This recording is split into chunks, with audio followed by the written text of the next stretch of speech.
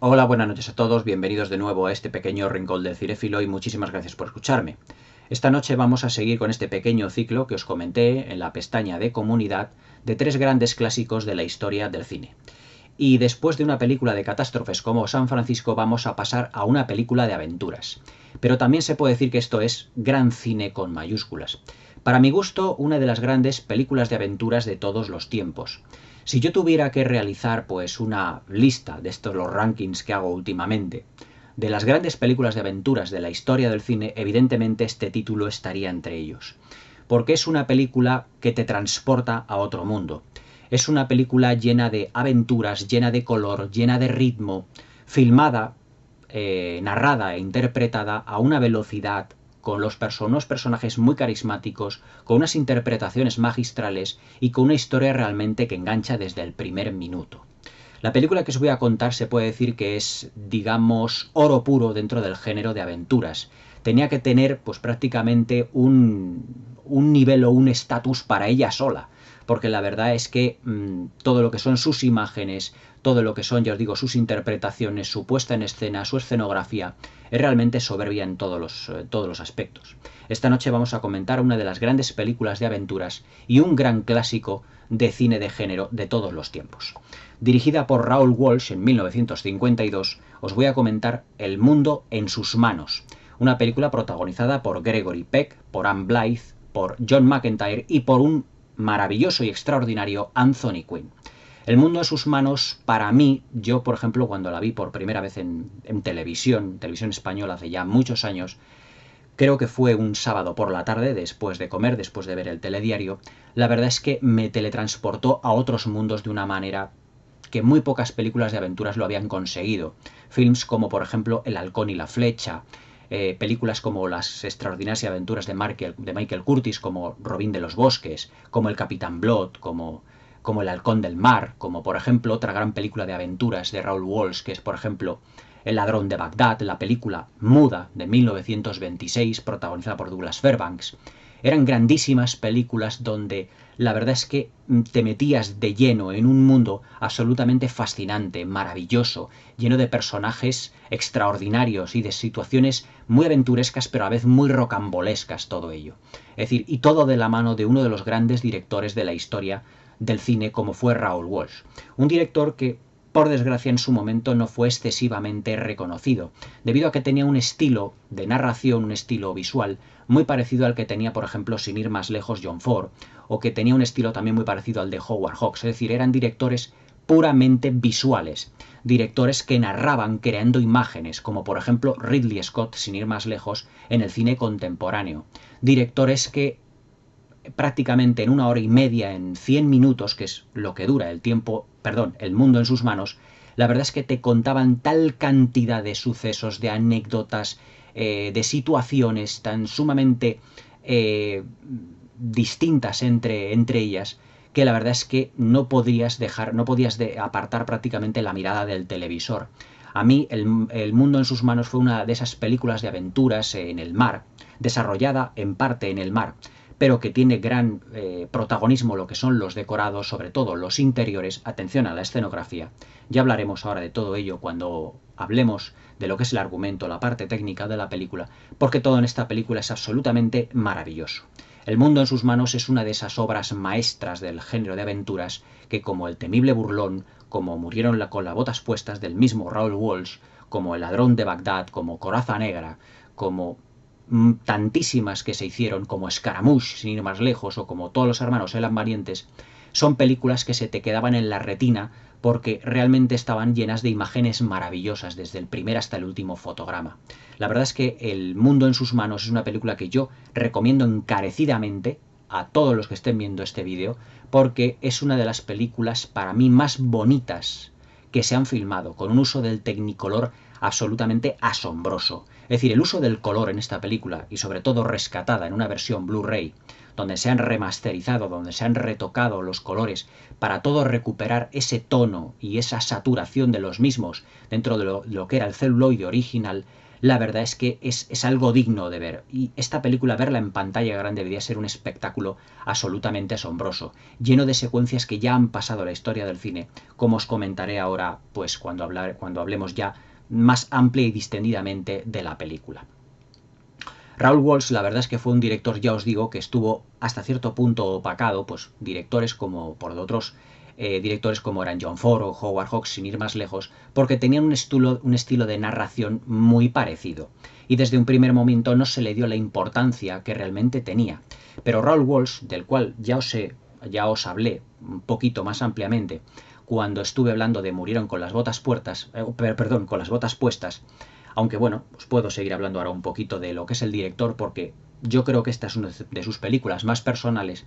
Se puede decir que además fue un director que tocó todos los géneros. Tocó, por ejemplo, el cine negro con una película como El Rojo Vivo, de James Cagney. Tocó también otras películas de aventuras, como El Ladrón de Bagdad, dentro de su etapa del cine mudo, como estaba realizada en 1926 con Douglas Fairbanks Senior, no Junior. Y también pues otros títulos como por ejemplo La esclava libre, también otra película más o menos de aventuras pero con un drama social bastante acentuado, con Clark Gable e Yvonne De Carlo. Es decir, es tan amplia la gama de películas y de estilos y de géneros que Raoul Walsh tocó, que realmente pues yo, que tengo bastantes, ya os digo, El ladrón de Bagdad, Murieron con las botas puestas, Tambores lejanos, si mal no recuerdo, Al rojo vivo, pues la verdad es que son dignas de ser comentadas y esta es la labor por la que yo realmente abrí este canal, para comentar películas, como ya os dije, por ejemplo, El irlandés de Martin Scorsese, que realmente merezca la pena comentarse. Porque tiene tal cantidad de situaciones, tal cantidad incluso de géneros metidos en la misma película, que es a un auténtico placer, como yo voy a vivir este vídeo, un auténtico placer hablar de una película de este estilo. Y antes de seguir, os recuerdo que podéis suscribiros al canal, que le deis al like y a la teclita de la campanilla para que no os perdáis ninguno de mis nuevos vídeos. Y sin duda este será un vídeo el que yo voy a disfrutar plenamente, porque yo, viendo El mundo en sus manos, siempre he disfrutado plenamente de una manera, además, como si fuera prácticamente un niño, que es cuando realmente yo la vi por primera vez. La verdad es que El mundo en sus manos tiene muchísimas cosas de las que podemos comentar. Desde su maravilloso reparto, empezando por una de las grandes estrellas del Star System de aquella época, que fue Gregory Peck. Gregory Peck era un actor que además se fue forjando prácticamente, se puede decir que a sí mismo. Era un actor que, debido a su presencia física, tenía unas características interpretativas y de presencia física en pantalla muy parecidas a la de Charlton Heston. Tenían exactamente la misma estatura, pero tenían además un físico muy rudo, bien parecido, pero que además su presencia física es lo que realmente llenaba la pantalla.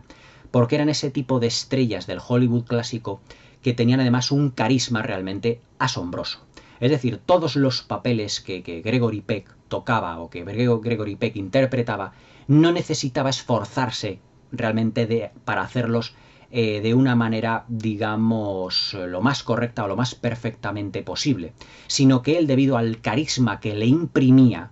tenía una naturalidad y, al ser un actor y una estrella muy todoterreno, parecía que la interpretación le salía por sí misma. Y la verdad es que Gregory Peck en esta película está realmente apabullante.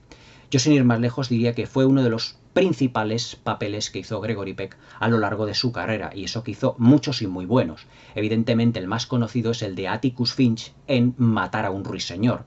Ese gran abogado en la película, uno de los grandes dramas judiciales que yo dentro de poco comentaré aquí en el canal. Además que yo creo que también el canal necesita de algún drama judicial que creo que no he comentado demasiados dentro de lo que es la vida del mismo. Luego también tuvo otras espléndidas interpretaciones, por ejemplo, en aquel western absolutamente fabuloso llamado El pistolero, en el que interpretaba pues a uno de los grandes pistoleros del Far West, que tiene la fama de ser el más rápido del oeste, y que en cada pueblo que va pues todos le quieren retar a ver si efectivamente es el más rápido. Y claro, cuando va visitando pueblos a medida que va avanzando la película, pues la verdad es que el listado prácticamente de gente que ha matado es innumerable, lo cual le va dilapidando psicológicamente al personaje. Pero la verdad es que Gregory Peck, su interpretación, yo os digo, su presencia, es realmente fastuosa. También trabajó, por ejemplo, a las órdenes de Stanley Donen en una película muy parecida a Charada, la cual la tenéis aquí, la crítica en el canal, que fue el film Arabesco junto a Sofía Loren, en el que interpretaba pues a un profesor de universidad, pues que le meten unos líos y unos follones realmente importantes. Pero es una película tipo espionaje, aventuresca, muy de un tono muy amable y desenfadado, como solo Stanley Donen sabía hacer realmente. Luego, otra de las, su contraparte femenina, otra de las grandes estrellas del Hollywood de la época, sobre todo en lo que al panorama del cine de aventuras, fue Anne Blyth. Anne Blyth, además, la conocemos por otras películas de aventuras, como fue, por ejemplo, Todos los hermanos eran valientes, que la tenéis aquí también comentada en el canal, junto con Robert Taylor y Stewart Granger, siendo también la contraparte femenina, pero que conseguía con su, por así decirlo, menuda pero espléndida belleza realmente tener una presencia importante en pantalla. Y es que Anne Blyth, yo creo que de toda su carrera no ha brillado nunca como en El mundo en sus manos. Y además es que Raoul Walsh, siempre que la enfoca dentro de un plano en el que comparte plano, valga la redundancia, con otro de sus personajes, con otro de los actores de la película, la verdad es que está siempre iluminada de una manera especial. Parece que ella irradia una luz especial, tiene como un halo de luz alrededor de su personaje para que destaque mucho más. Es decir, se nota que los focos y que la cámara está enamorada realmente de Anne Blyth. Y en los escasos primeros planos que tiene la película, la verdad es que ella está absolutamente arrebatadora, como os he puesto, por ejemplo, en la miniatura de presentación, que está realmente impresionante. Y luego tenemos a otro de los grandes del Hollywood de aquella época, que tuvo un Oscar al mejor actor de reparto por una película que fue El loco del pelo rojo, pero que realiza en esta película una interpretación absolutamente memorable. Uno de esos personajes que ya deberían de haber pasado a la historia del cine si ya realmente no lo han hecho, y que todos los cinéfilos nos acordamos de su personaje porque desborda alegría, divertimento y carisma por los cuatro costados. Es el personaje de El Portugués, interpretado por Anthony Quinn. Anthony Quinn, que os voy a contar de el mejor actor mexicano de la historia. Para los que me estáis viendo desde México, evidentemente, pues yo desde aquí, desde España, pues la verdad es que os envidio, porque tenéis en la historia de vuestra filmografía, de vuestro cine, pues a un actor realmente extraordinario. O sea, Anthony Quinn era de esos actores que cuando salía a escena es que se comía a todos los demás actores, incluso el haciendo de secundario. Todas las entradas que tiene esta película Anthony Quinn, que tiene El Portugués, son absolutamente memorables. Y además es que además te dan ganas de meterte dentro de la película y invitarle en el bar a tomar una cerveza con El Portugués y que te cuente sus aventuras. Porque su interpretación, su personaje, es que desborda y transmite ese carisma, esa alegría de vivir que muy pocos actores han sabido transmitir a la gran pantalla a través de sus interpretaciones. Anthony Quinn está realmente magistral en este film, donde domina desde el minuto 1 su personaje, con esas risas, con esas sonrisas que parecen en muchos momentos que parece que está como improvisando el personaje, pero es que parece que realmente no se ha estudiado un papel, sino que él está improvisando su personaje y realmente pues él va a decir lo que le salga porque él está lleno y cargado de alegría y de unas ganas de vivir que lo transmite al espectador. Es decir, es prácticamente imposible terminar esta película y no esbozar una sonrisa cuando te acuerdes del personaje del portugués. La secuencia que tiene echando un pulso con el personaje de Gregory Peck es absolutamente antológica, como muchas de las secuencias que tiene esta película. Perdonadme si me pongo eufórico, pero es que esta película realmente merece la pena no solo ser comentada, sino ser destripada, porque es una absoluta maravilla dentro del género de aventuras. Y como clásico de la historia del cine, yo me veo obligado aquí a comentarlo. Argumentalmente hablando, ya metiéndonos dentro de lo que es materia ya de la película, El mundo en sus manos se desarrolla en el Estados Unidos de 1950, en la ciudad de San Francisco, cuando a esta ciudad llega una pequeña goleta, cuyo capitán es el personaje de Gregory Peck, que se llama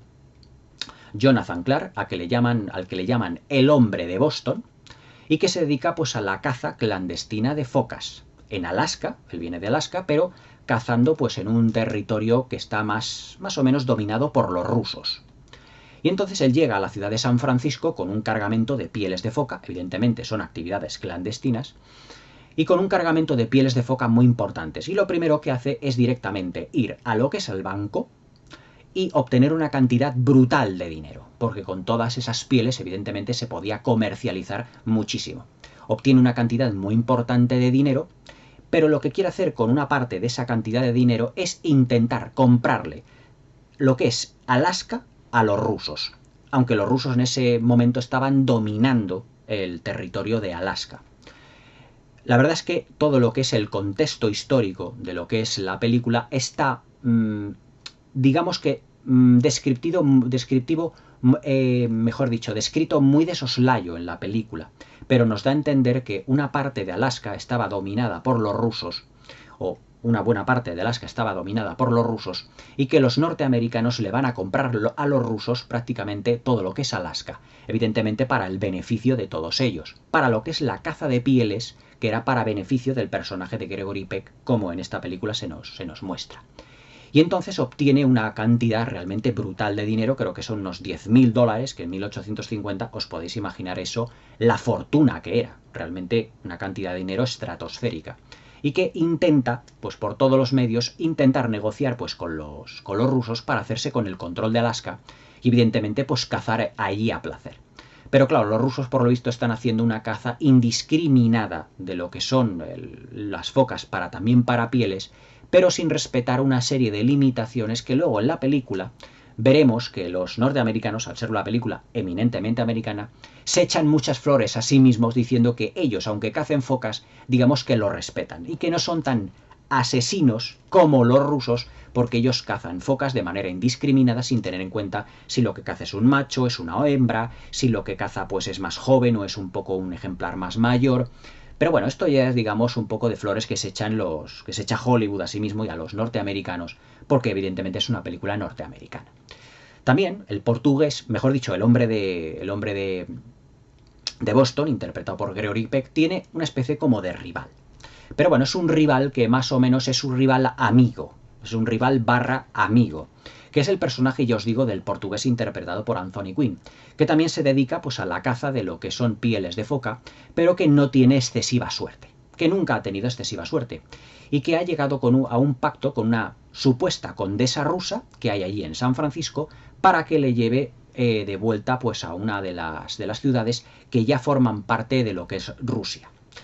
Pero, pues este hombre, pues Gregory Peck, no tiene intención de ir a territorio ruso, ni muchísimo menos, sino que lo que le interesa es la fortuna de la rusa, de la condesa rusa, que está evidentemente interpretada por Anne Blyth, el tercer personaje en discordia.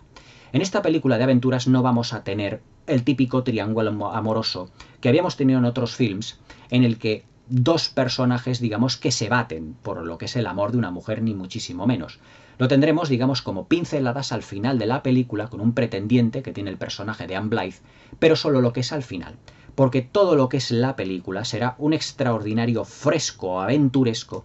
de todo lo que son las idas y venidas del personaje del hombre, del personaje del hombre de Boston interpretado por Gregory Peck. Esta película, todo lo que es el argumento en sí, ya os digo, es un fascinante relato de aventuras en la que además vamos a tener una hábil mezcla de géneros. La película empieza como si fuera realmente un western, es decir, todo lo que son los acontecimientos que ocurren en ese San Francisco de 1850 de Gregory Peck hasta que llega realmente a conocer al personaje de Anne Blyth y que tiene un idilio con ella, es claramente como si fuera un western. Es decir, en ese San Francisco de 1850, evidentemente estábamos en Estados Unidos y claro, la gente se comportaba como en las películas de los westerns. Es decir, Raoul Walsh enfoca, interpretativamente hablando y en su puesta en escena, la película como si fuera una película del oeste. Es decir, somos testigos incluso hasta una especie como de ajusticiamiento realmente pues realizado por los hombres del pueblo que han capturado a otro personaje y pretenden ahorcarlo. Hasta que llega el personaje de Gregory Peck, hasta que llega Jonathan con Anne Blyth, con la condesa rusa, que en un principio no sabe que es condesa, porque recordemos que Gregory Peck odiaba a los rusos por lo de la caza de las focas. Y claro, pues él, en una de las secuencias más simpáticas de la película, lo que hace precisamente pues es desvirtuar, mejor dicho no, es hacer como una especie como de cortina de humo para las personas que quieren ahorcar a este personaje que realmente pues le van a ahorcar, le van a justiciar, digamos, por su cuenta, y lo que hace es tirar unas monedas al suelo, en realidad a la tierra, que evidentemente las calles no estaban asfaltadas, y todos esos justicieros lo que hacen es abalanzarse sobre esas monedas o ese dinero, y el que estaba en la carreta a punto de ser ahorcado coge la carreta y escapa por todo San Francisco. Pero es que San Francisco conoce al hombre de Boston, a Gregory Peck, prácticamente desde hace ya mucho tiempo, y todos ellos conocen que es un hombre de bien, aunque evidentemente se dedique a la caza clandestina. Pero es un hombre en Boston muy famoso. Como dice Anne Blyth, su personaje, el de la condesa Marina, le dice: es que parece que todo el mundo a ti te conoce, y además es que daos cuenta de las expresiones que tiene Anne Blyth, siempre de sorpresa, porque claro, allá donde el hombre de Boston, donde Gregory Peck va, todo el mundo pues le aprecia, le quiere, le tiene como mucho entusiasmo, le recibe con los brazos abiertos, es un hombre muy famoso y a la vez muy querido a su vez.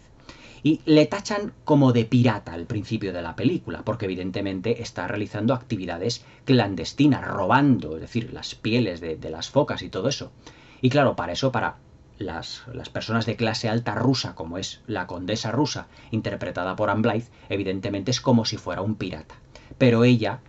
pues ante ese, digamos, personaje que es el hombre de Boston, terminará enamorándose por todo lo que representa. Porque es que Boston, en contraposición evidentemente con lo que es Rusia, con lo que era la Rusia de 1850, de la época de los zares,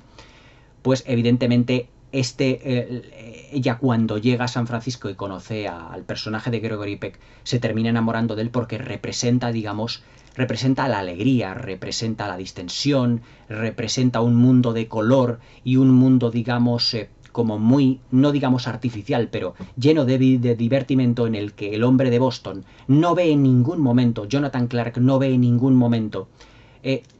grandes dificultades dentro de lo que es su vida, sino que su vida está repleta de aventuras, repleta de romanticismo, repleta de grandes hazañas, y eso es de lo que ella termina enamorándose, de todo lo que representa realmente el portugués. Además es que el portugués es el hombre de Boston, y el hombre de Boston, Gregory Peck, la lleva a un restaurante, ruso donde le invita a cenar, y además a esta mujer la agasaja con unas buenas comidas y sobre todo con música rusa. Pero evidentemente él no sabe que es la condesa rusa, aunque ella le dice que es la dama de compañía de la condesa rusa, es decir, como su ayudante de cámara, por así decirlo. Y claro, evidentemente Gregory Peck se terminará enamorando de una rusa, pero no sabiendo su verdadera identidad. Y aquí, evidentemente, lo que ya ocurre en la película, que tendremos un giro argumental, que lo que el hombre de Boston, que Gregory Peck, pues se terminará en parte desenamorando hasta cierto punto, porque él no se enterará por Anne Blyth que ella realmente no es la condesa, perdón, que ella es la condesa, sino que es su ayuda de cámara, que es por lo que se hace pasar ella. Y claro, pues cuando se entera por parte de otras personas que él ha estado pues enamorándose de la auténtica condesa y no de su ayuda de cámara, pues él tendrá un gran desengaño. Un gran desengaño que pues también será plasmado en imágenes por Raoul Walsh de un modo realmente extraordinario. Pero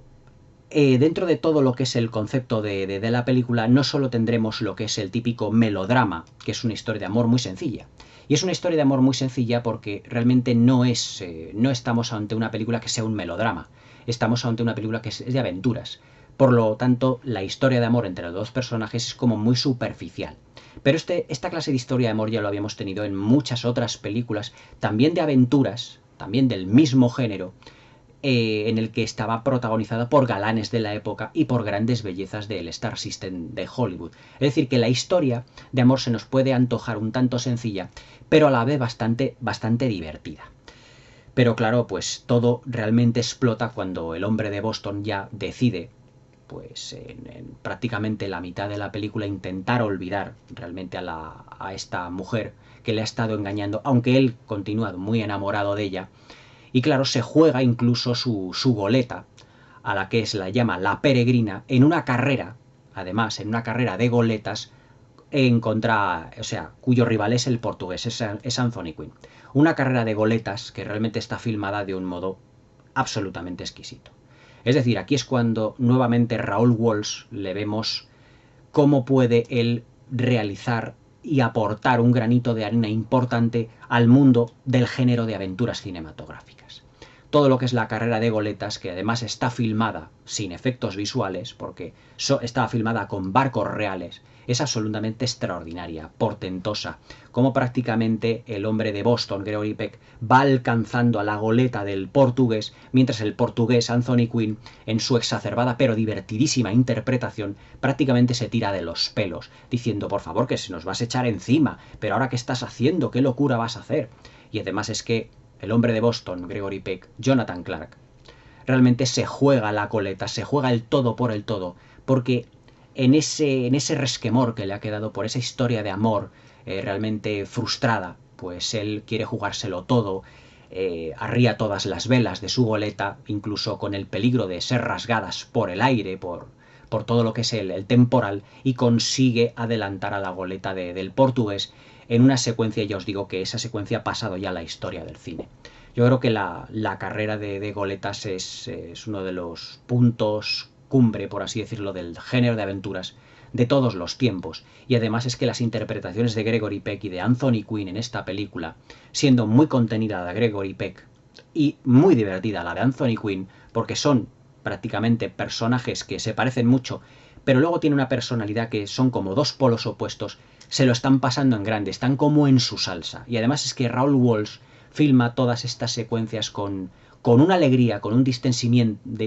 uy, a ver si no me salen las palabras ya de tanto hablar. Lo filma con una alegría, además con una, ¿cómo os diría yo? Es que prácticamente El mundo en sus manos es una película que es que te deja sin palabras. Lo filma con una planificación tan sumamente, digamos, meticulosa, tan sumamente sutil en todo momento, que es que además es que te crees perfectamente la carrera de goletas, y además que es que la filmación es absolutamente exquisita en todo momento. Y de ahí prácticamente de lo que es el western, el principio de la película, a lo que es la típica película de aventuras de la época dorada de Hollywood, con esa historia de amor tan sencilla, pasamos prácticamente en la última parte pues a una película que se parece mucho más a lo que es Robin Hood, el halcón y la flecha, porque claro, Anne Blythe, al personaje, pues la captura un príncipe portugués del cual ella se tenía que casar, pero no quería realmente. Y pues seremos testigos de cómo el hombre de Boston, Gregory Peck, pues en un principio es capturado por este príncipe ruso, pero que logra escapar y que irá pues a atrapar a su amada, es decir, a Anne Blythe, a su personaje, y que además estará ayudado por el portugués, es decir, por el personaje de Anthony Quinn, en un final absolutamente, yo tendría que decirlo, con un clímax absolutamente fantástico, desbordante, lleno de simpatía, como son realmente los personajes. Si tuviera que destacar narrativamente hablando en esta película algún aspecto, sería realmente muy complicado, porque es una película, El mundo en sus manos, en el que prácticamente todo, además de los diálogos, se puede decir que Raoul Walsh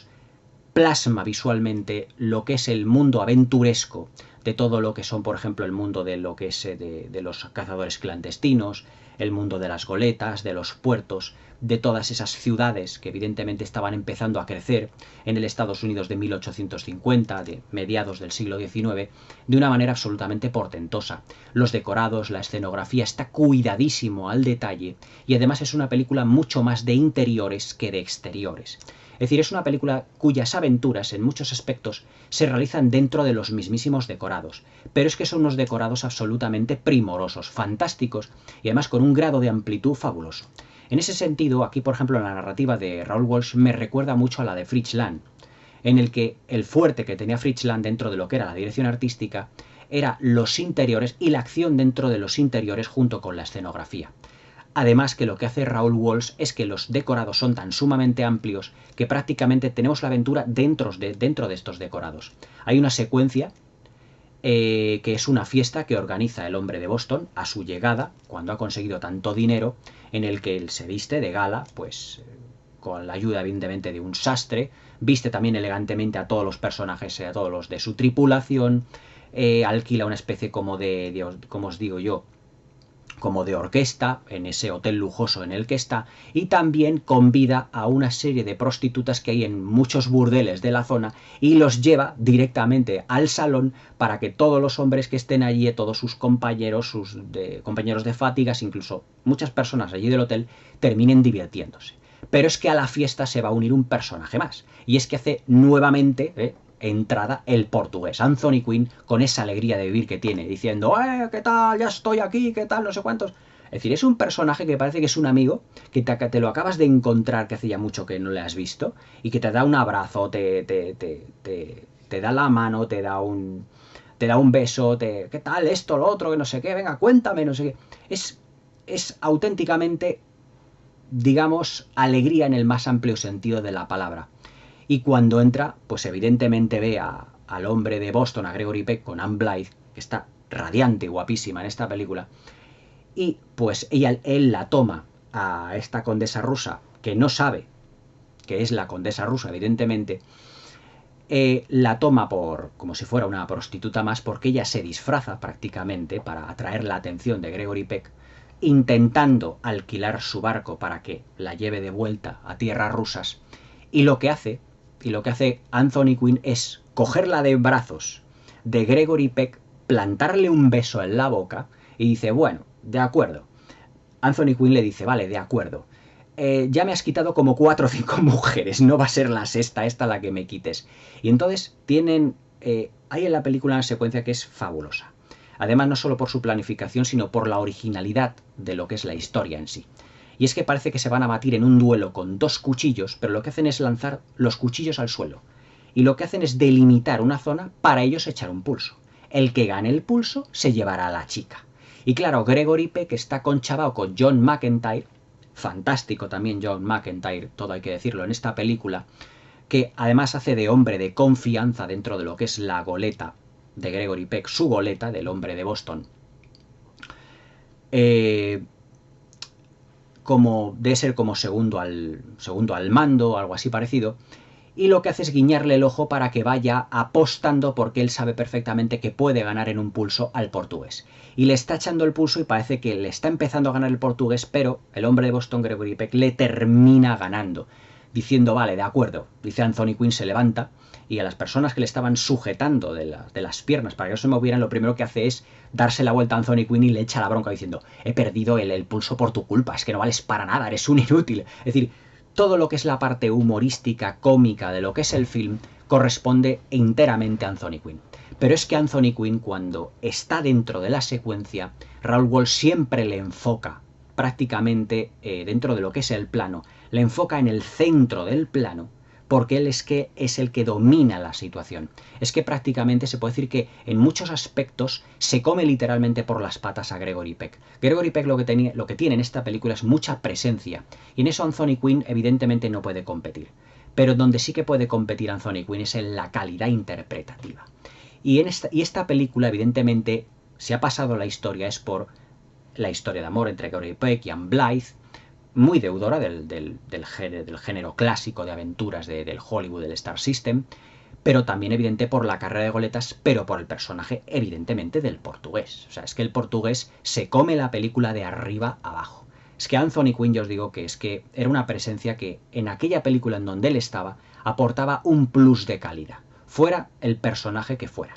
Acordaos en la del loco del pelo rojo junto con Kirk Douglas, en la que ambos estando nominados al Oscar, Anthony Quinn consiguió el Oscar al mejor actor de reparto interpretando a Paul Gauguin. Pero es que en esta película se puede decir que Gregory Peck, interpretativamente hablando, no tiene nada que hacer ante una interpretación tan sumamente ya no física, sino absolutamente tan divertida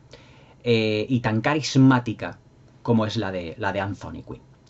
La verdad es que la historia de todo lo que es y de todo lo que se cuenta en 100 minutos de película da una idea de cómo trataba la narrativa, cómo trataba visualmente las secuencias Raoul Walsh. Esta película dura prácticamente poco más de hora y media, es decir, estamos hablando de una película de escasos 100 minutos aproximadamente. Pero es que Raoul Walsh en 100 minutos nos cuenta tal cantidad de acontecimientos que se nos pasa así la película. Es llegar el hombre de Boston a lo que es San Francisco, entrar en lo que es en lo que es el banco, vender las pieles, hacerse con dinero, entrar luego al hotel, tener evidentemente todo lo que es la gran fiesta, conocer al personaje de Anne Blythe, llevársela por todo San Francisco, que lo vaya conociendo, tal es el deseo del personaje de Anne Blythe en esta película, llevársela además a un promontorio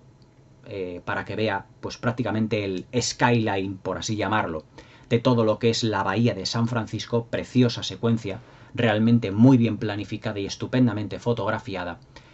De ahí el desarrollo de la historia de amor, luego el desencuentro y luego también una serie de secuencias en donde donde Gregory Peck está realmente fabuloso. Y es que lo que hace Raoul Walsh en esta película es para representar, por ejemplo, ese desengaño que se lleva Gregory Peck en mitad de la película cuando Anne Blythe ha desaparecido, cuando su enamorada ha desaparecido. La verdad es que todo ese desencuentro, ese desengaño lo filma prácticamente en muy poquitos planos, en el que él va con una botella intentando emborracharse porque ha perdido como a la mujer de su vida. Pero es que la verdad es que todo lo que son las secuencias de la historia de amor entre Gregory Peck y Anne Blythe están filmadas como os diría yo, como si fuera una especie como de sueño. Porque Anne Blythe realmente es como si fuera su sueño. Está descubriendo de vivir en Rusia a vivir ahora en Estados Unidos de a una serie como de personajes y a una sociedad que ella no había conocido. Es más, fijaos incluso un poco los chauvinistas que son aquí también en esta película, los hollywoodienses, los estadounidenses, cuando Anne Blythe entra después de esa noche idílica con el hombre de Boston, cuando llega a su estancia del hotel, con el cortejo que ella tiene de condesa, y le dice, me voy a casar con el hombre de Boston, es un hombre fascinante, estoy enamorada. Y dice a continuación, y seremos americanos. O sea, como si ser americano lo quisieran dar en esta película como ser realmente el sumum. Es decir, históricamente hablando, pertenecer a la aristocracia rusa era algo que muy poca gente evidentemente en este mundo y en aquella época podía decir. Pero evidentemente ser un aristócrata en la Rusia de los zares era algo realmente extraordinario desde el punto de vista de la clase de vida que llevaban, la clase alta rusa, que era de las más importantes del planeta en ese momento. Pero fijaos que una condesa de la alta aristocracia rusa dice, seremos americanos. Es decir, es como si ella se rebajase realmente a estar viviendo con una serie de personajes en los que no sabe nada, no entiende nada, en una sociedad que es completamente el polo opuesto a lo que ella está acostumbrada. Pero aquí digamos que Hollywood se echa un poco flores a sí mismo y dice, vamos a hacer un poco propaganda de lo que es ser americano, y dice, seremos americanos, como si ser americano fuera lo más de lo más. Y además luego hay otro guiño a todo esto, que es cuando llegan a la isla de las focas, lo que es el hombre de Boston, Gregory Peck, con sus hombres para cazar a una serie de focas, y John McEntire pues le dice a uno de los chicos que acaba de entrar dentro de lo que es la tripulación de la goleta de la Peregrina, le dice, bueno, es que los rusos están encargando de matar a muchísimas cientos de focas de una manera indiscriminada. Y claro, este chico que está en un novato es como si fuera realmente el espectador y dice, bueno, pero nosotros vamos a hacer lo mismo. Y dice John McEntire, evidentemente en otro gesto muy americano, como muy patriota, dice, pero nosotros no somos tan malos realmente, porque nosotros solo matamos, por ejemplo, aquellas focas que nosotros sabemos que van a morir, como aquellas que se van, a lo mejor se echan al mar, donde son realmente muertas pues por orcas, por tiburones, solo aquellos ejemplares que realmente tienen los días contados. Es decir, están justificando que la caza de focas por parte de los rusos es pues algo realmente terrible. Sin embargo, si lo hacen los americanos no es terrible. Es, digamos, les hacen un favor a las focas, porque esas focas que matan los americanos van a terminar muriendo tarde o temprano. Hombre, son dos cosas que dentro de una película, digamos, de aventuras desenfadada, no chirrían mucho. Pero si el tono de la película no fuera tan aventuresco, sería una cosa que realmente los oídos te pitarían. Porque claro, decir, vamos a ver, tanto los americanos, tanto el hombre de Boston como sus hombres, se están encargando de la caza clandestina de focas para coger sus pieles y venderlas. Exactamente lo mismo que los rusos. Pero los rusos, Alaska, se puede decir que estaba bajo dominación rusa. Es decir, lo que pretende el hombre de Boston es comprar Alaska a los rusos y por lo tanto quedarse él con todo el territorio para matar él a todas las focas que él quiera y hacerse evidentemente un grandísimo capitalista y hacerse un hombre de negocios gigantesco, porque en la primera secuencia que vemos en el principio de la película es que él llega al banco con todas esas pieles de foca y vamos, es que se hace con una cantidad de dinero astronómica. Entonces, los estadounidenses pueden matar focas y los rusos pueden matarlas, pero son muy malos, pero los estadounidenses no. Bueno, estamos dentro de una película de aventuras y eso digamos que yo lo paso. Pero bueno, lo que yo me quiero fijar realmente en esta película es en todo lo que representaba, por así decirlo, el cine de aventuras y el cine en general que se hacía en Hollywood en los años 50. El mundo en sus manos es un clarísimo ejemplo de las grandes maravillas que se hacían en aquella época y sobre todo lo que es el género de aventuras y cómo estaban filmadas. Técnicamente hablando, ya pasando evidentemente a la parte técnica, el mundo en sus manos para ser una película de aventuras realmente, no ser una película totalmente de época, tiene una puesta en escena en lo que se refiere a la escenografía absolutamente primorosa y extraordinaria. Es decir, todo lo que son los fondos, todo lo que es la dirección artística, están aprovechados los decorados de una manera absolutamente fastuosa y extraordinaria por parte de la cámara de Raoul Walsh.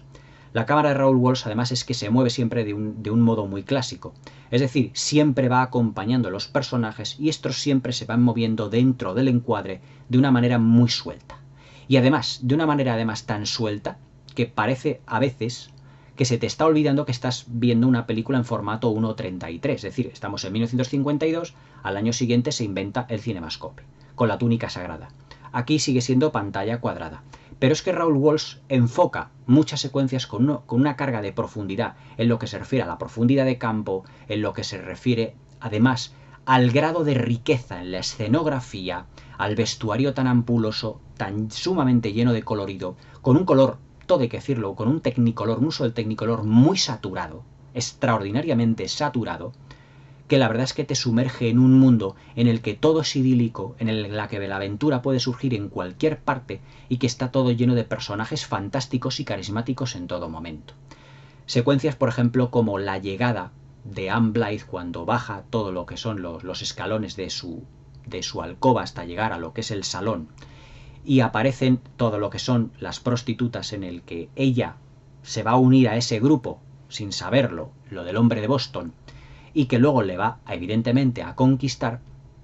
cómo se mueve la cámara que prácticamente en un giro nos ha dado el significado de una secuencia. Daos cuenta de lo que es la carga dramática, de lo que son los escalones, en el que evidentemente la cámara muestra al personaje de Anne Blythe, que además que era muy bajita, vestida enteramente de un modo muy exótico, por así decirlo, pero en donde también el vestuario forma parte de la escenografía. Es decir, los personajes realmente tanto vestidos con evidentemente con su vestuario, valga la redundancia, están tan inmersos dentro de lo que es el conjunto de la puesta en escena que realmente es que te pierdes dentro de lo que es la dirección artística, la escenografía, de lo bien retratado que está. Además que ese grado de detalle que les supo dar a lo que es el proceso de saturación del Technicolor, lo que técnicamente se llamaba el procedimiento de transferencia de tinta, acordaos del especial de historia del Technicolor, color por Technicolor que hice yo aquí hace unos meses,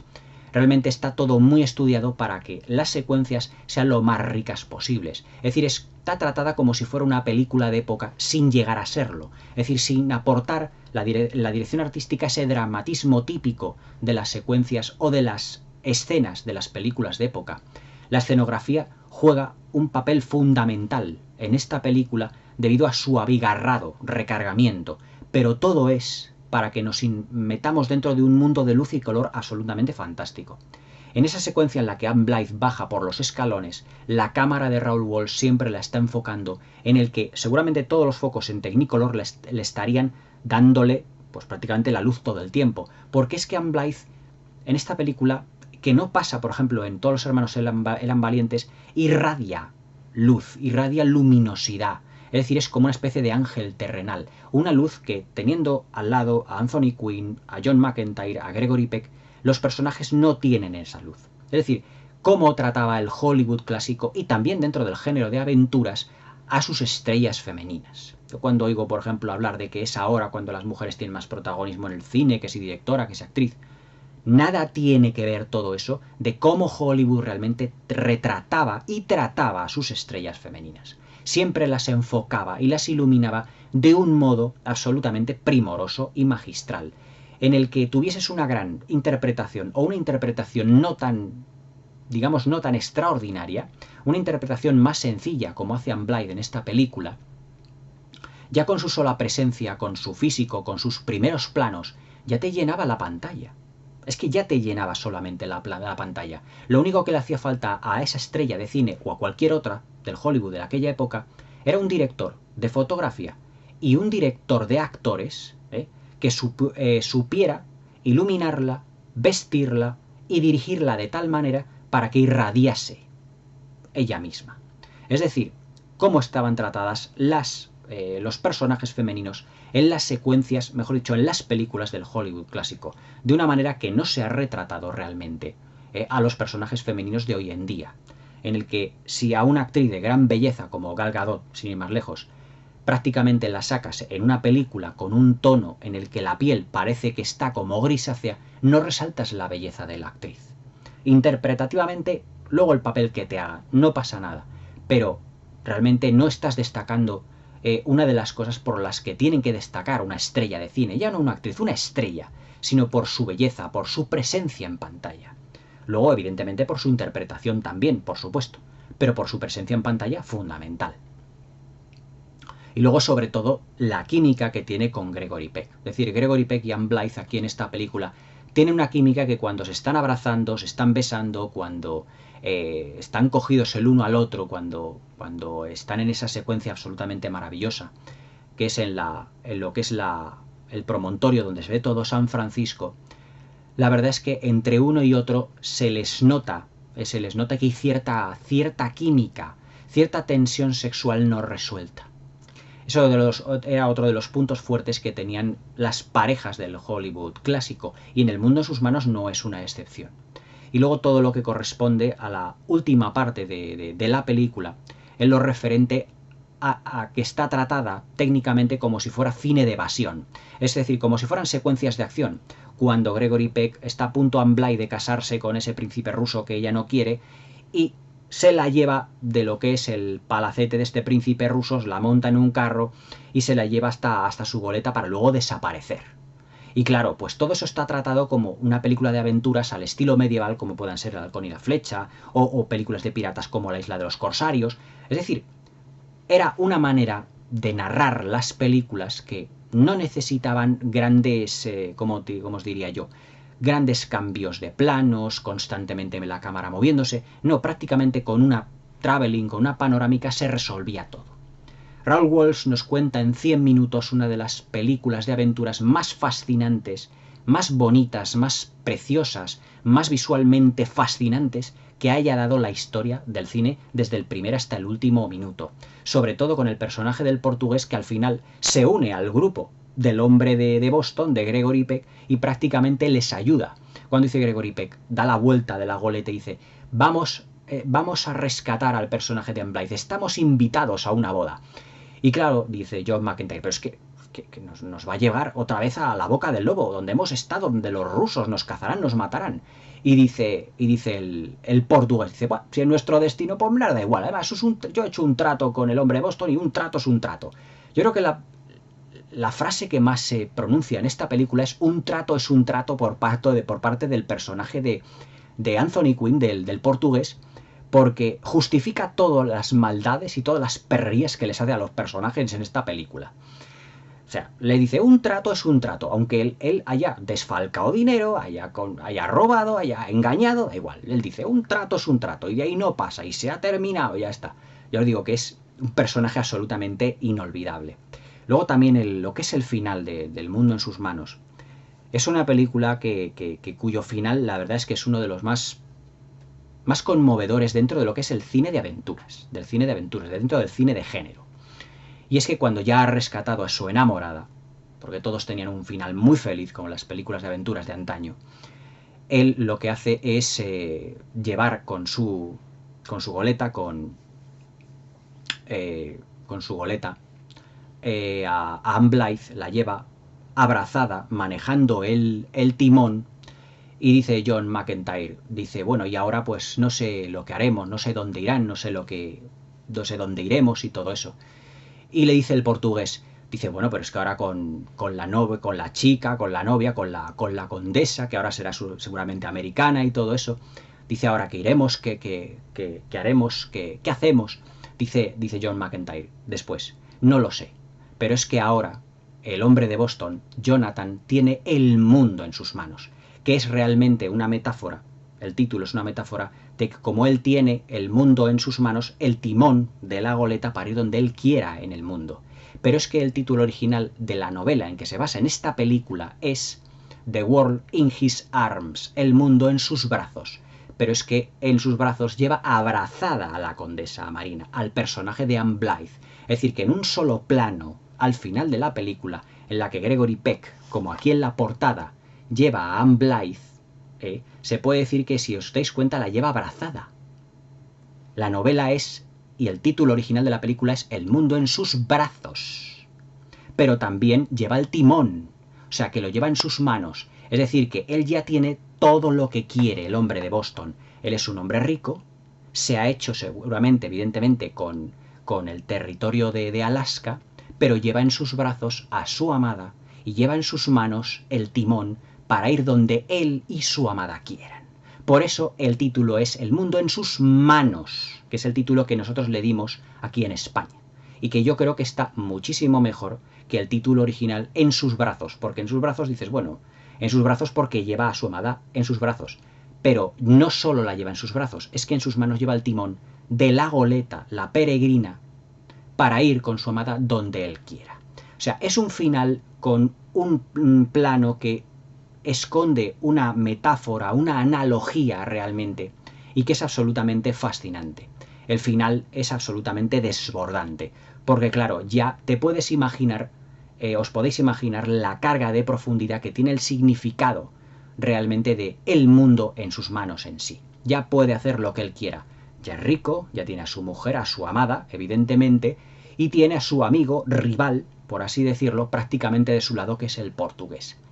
El mundo en sus manos es una película de aventuras que, como ya os he dicho, iba a comentarla de un modo, digamos claramente, casi más subjetivo que objetivo. Aunque objetivamente hay que reconocer que, evidentemente, donde estuviese la narrativa de Raoul Walsh, lo que era la descripción de los personajes, la interpretación de los mismos, la puesta en escena, el uso del Technicolor, es absolutamente todo tan primoroso, tan bien estudiado, en el que cada detalle es tan sutil que no deja nada al azar, que se convierte en una de esas películas de aventuras que toda persona que le gusten las aventuras le hubiera gustado vivir alguna vez en sus sueños, en su vida. El mundo en sus manos es una película de ensueño, como lo eran las películas de aventuras del Hollywood clásico. Esta se une prácticamente a Scaramouche, a El Halcón del Mar, al Capitán Blood, a Robin Hood, al Temible Burlón, al Ladrón de Bagdad, al Halcón y la Flecha, como esa a Ivanhoe, al Príncipe Valiente, ahora me vienen a la mente miles de ellas, a Todos los hermanos serán valientes, a Las minas del rey Salomón. Son películas en las que los personajes vivían una aventura absolutamente extraordinaria, única, que se iban de viaje a lugares exóticos, maravillosos, que conocían a personajes carismáticos. Aquí el hombre de Boston, lo que es tener al rival, al hombre más carismático de todo San Francisco, que es el portugués, y luego también a la chica más guapa que podía haber entonces, que era Anne Blythe, en esta película, que hace una interpretación exquisita, evidentemente era una perita en dulce que Raoul Walsh, como director, no podía dejar pasar. Y todo ello resuelto, además, con una pericia visual que hoy en día, pues evidentemente es un estilo de narración que prácticamente ha desaparecido. Se puede decir que Ridley Scott es el único que puede realizar algo similar a la calidad audiovisual, mejor dicho, visual, únicamente visual que tiene, pero que hoy en día es un estilo de narración que ha desaparecido. Viendo las no nominaciones al Oscar, yo lo digo las no nominaciones porque, madre mía, ¿qué películas han nominado? Si hoy en día se estrenase una película de las características de El mundo en sus manos, pues sería un auténtico bombazo en Hollywood. Es decir, una película con un lenguaje visual tan sumamente descriptivo, con unas interpretaciones y con unas estrellas absolutamente fascinantes, y con una puesta en escena, una dirección artística, una banda sonora aventuresca de esta categoría, se llevaría todos los galardones habidos y por haber. Pero bueno, yo viendo ayer lo que son las nominaciones a los no Oscar, o a los anti-Oscar, porque ya son los anti-Oscar, se me cae la cara, se me cae el alma a los pies, sinceramente. Y luego viendo una película como El mundo en sus manos, dices que es que no hay punto de comparación con nada, con esta película. Nada. No se parece en nada a lo que yo acabo de ver en 100 minutos. Bueno, hay películas que duran 2 horas y media, 3 horas, 3 horas y media, que no cuentan ni la cuarta parte de los acontecimientos que era capaz de contar Raúl Walsh en este extraordinario film. Para mí, El mundo en sus manos es una película ya mítica de la historia del cine. Objetivamente y subjetivamente, es la alegría de vivir, es un espectáculo de luz y color incomparable. Son unos personajes con un carisma y con una alegría desbordante. El personaje del portugués, la carrera de goletas, el vestuario, las miradas y la belleza de Anne Blyth, sus sonrisas, la presencia en pantalla de Gregory Peck. Es que claro, no hay comparación. Yo de películas como esta me podría estar hablando de ellas horas y horas, porque es que cada detalle que encuentro en todas y cada una de ellas es absolutamente fascinante, riquísimo, magistral, y además todo, además planificado, además con una depuración narrativa que hoy en día no la encontramos ni por asomo. Por eso yo reivindico esta clase de cine, pues prácticamente casi todos los días en el canal, porque estas son realmente las películas que a mí me interesa comentar, porque realmente tiene material para comentar, porque esta película no es solo una película de género, de aventuras, es una hábil mezcla de géneros. Tenemos películas secuencias muy parecidas a los westerns, tenemos melodrama, tenemos parte de tragedia, lo de las focas, tenemos un final muy parecido a las películas de ambiente medieval, todo resuelto como si fuera una película de acción. Tenemos secuencias que parecen sacadas de una película de espadachines también, sobre todo el final cuando se enfrentan Gregory Peck y el príncipe ruso, el que se iba a casar con su condesa. Tenemos incluso secuencias de mazmorras donde está el hombre de Boston con su tripulación cuando la han capturado los rusos a la llegada al puerto. Es que tenemos de todo. Es decir, en 100 minutos Raúl Walsh fue capaz de condensar el cine entero, un cine con mayúsculas, un cine que apuesta por la inteligencia del espectador. No es un cine que esté subrayando continuamente todo lo que son como diría yo, subrayando continuamente todo lo que es como os diría yo, vaya, ahora me he atascado un poco, todo lo que son las características de cada personaje, su personalidad, sus rasgos. Es que esto es un cine en el que se puede decir que no puedes ni pestañear porque ya te estás perdiendo cosas en la película. Pero bueno, de todas maneras hay que reconocer que como este cine pues ya no lo veremos, por desgracia. El mundo en sus manos de Raúl Walsh, una auténtica obra maestra absoluta. Una de las películas más bonitas que yo he visto en mi vida. Una de esas películas de aventuras que nadie debería de perderse, prácticamente. Y si realmente sois cinéfilos, si os gusta el cine, deberíais de ver El mundo en sus manos. Porque es una de esas películas que no se olvidan, realmente no se olvidan. Una obra maestra absoluta que ya os digo, es un auténtico 10. Qué lástima que ya no se hagan películas así o que ya no haya directores así. Y los poquitos que hay, muchos de ellos están ahora defenestrándose. Pero bueno, ¿qué le vamos a hacer? Es lo que hay. El mundo en sus manos de Raúl Walsh de 1952 con Gregory Peck, Anne Blyth, John McEntire y un extraordinario y fabuloso Anthony Quinn, con un personaje para la historia. El portugués, no la perdáis por nada del mundo. En Blu-ray es un auténtico espectáculo verla. Haceos con este formato físico porque tendréis ya no una compra, la compra del siglo. Pero bueno, que disfrutéis mucho El mundo en sus manos, la verdad es que lo merece. Un abrazo y hasta mañana. Feliz velada.